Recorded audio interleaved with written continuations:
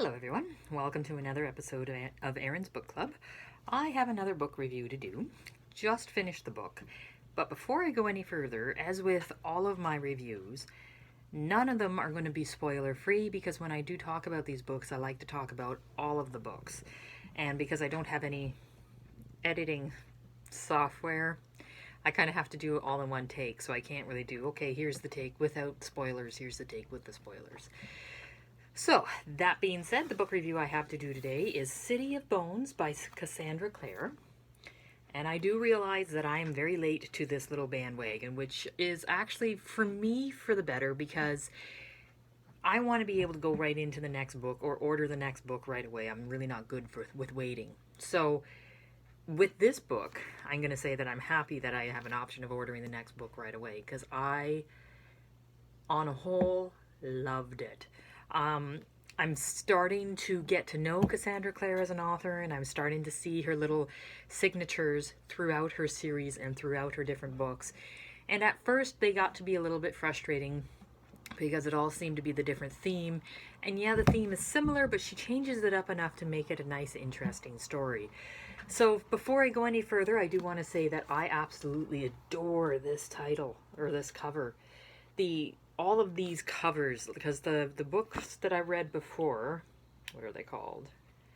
I think are the Mortal Instruments series. And they also have like similar covers. I really enjoy this dramatic cover. I also enjoy how the writing is on the larger side, and how the spacing is more than what you usually get in a regular book. It does it for two things. It helps with eye strain, because when I'm reading something with small writing, my eyes tend to hurt.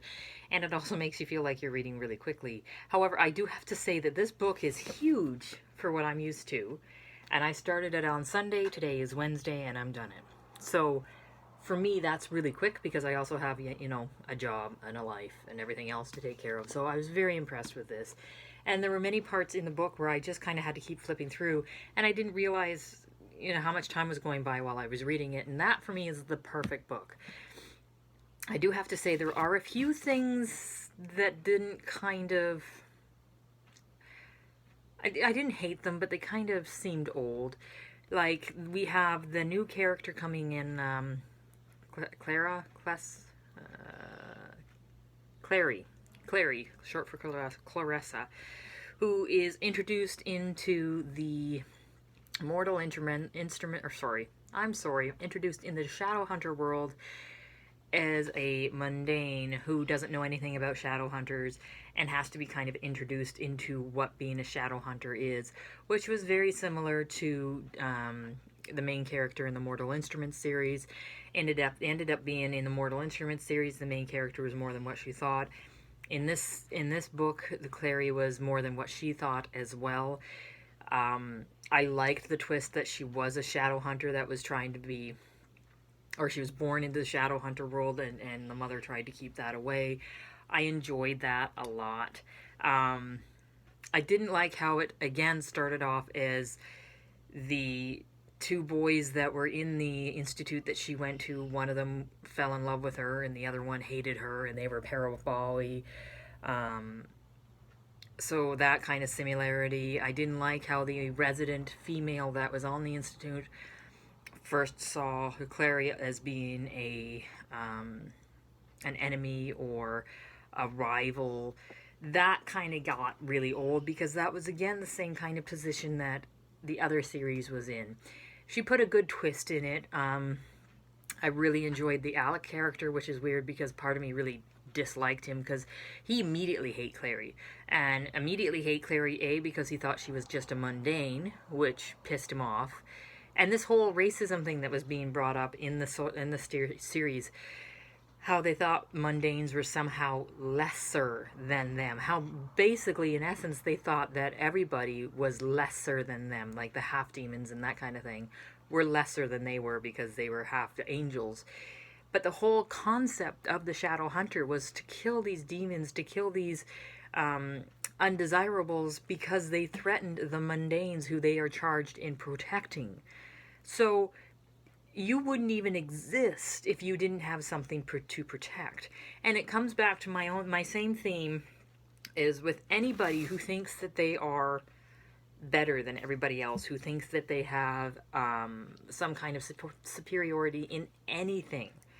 Once you get to that point where you feel you're better than everybody, you got to keep in mind that you would not be better than everybody if there wasn't that everybody for you to be better than. If everybody was as good as you were, where would you be? So even the ones that you feel are far, far beneath you have value because you wouldn't feel above them if they weren't beneath you. And that was an interesting concept that was kind of brought into the book, touched on. The Simon character, who apparently is a complete and utter mundane, is the one who actually destroyed the greater demon in the end. I loved that. I thought, I was reading that and being like, yeah, the guy who gets shit on all the time is finally the guy who saved all these superior people. I enjoyed that. All in all, I enjoy the family works. I'm kind of a little... I don't even know how to feel about the love situation here. Because in essence, Clary's first love is her brother. Kind of. Like, I just... And the one that she looked at like a brother growing up is not the brother... It's weird. It's weird. I enjoy it. I like weird.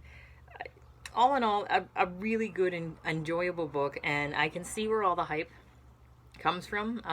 Definitely going to order the next one. Can't wait to read the next one.